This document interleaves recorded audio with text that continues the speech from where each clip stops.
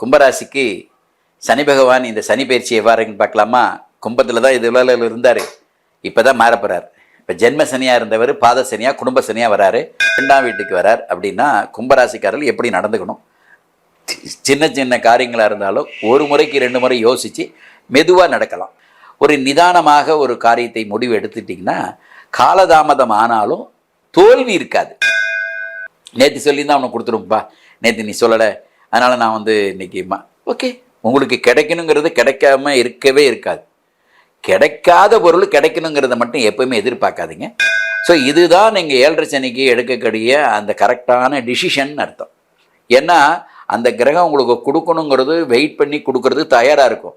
ஆனால் அதற்கு பொறுமை இருக்காங்கிறது உங்களை சோதிக்கும். இப்போ கல்வி நிலையில் இருக்கிற மாணவர்கள் கொஞ்சம் மோர் எஃபர்ட்ஸ் போடணும். ஏற்கனவே நம்ம பண்ண ஒர்க்லேருந்து இன்னும் கொஞ்சம் ஒர்க்லோட் அதிகமாக கொடுப்பாங்க. இந்த ஃபைல் நான் தான் பார்க்கணுமா, இதுவும் நான் தான் செய்யணுமா அப்படிங்கிற ஒரு சூழல் தருவாங்க. கும்பத்தில் இருந்தவர் இப்போ ஜென்மத்திலேருந்து குடும்பத்துக்கு போகிறாரு. குடும்பம் வாக்கில் போகும்போது அந்த மாதிரியான சர்க்கிள் இருக்கத்தான் செய்யும். அதை ஃபேஸ் பண்ணிடலாம். அது சனி பகவான்ட்டே கேட்கணும், வேற உண்மையே கிடையாது. உடனே அவரே அதுக்கு அந்த வழி காட்டிடுவார்.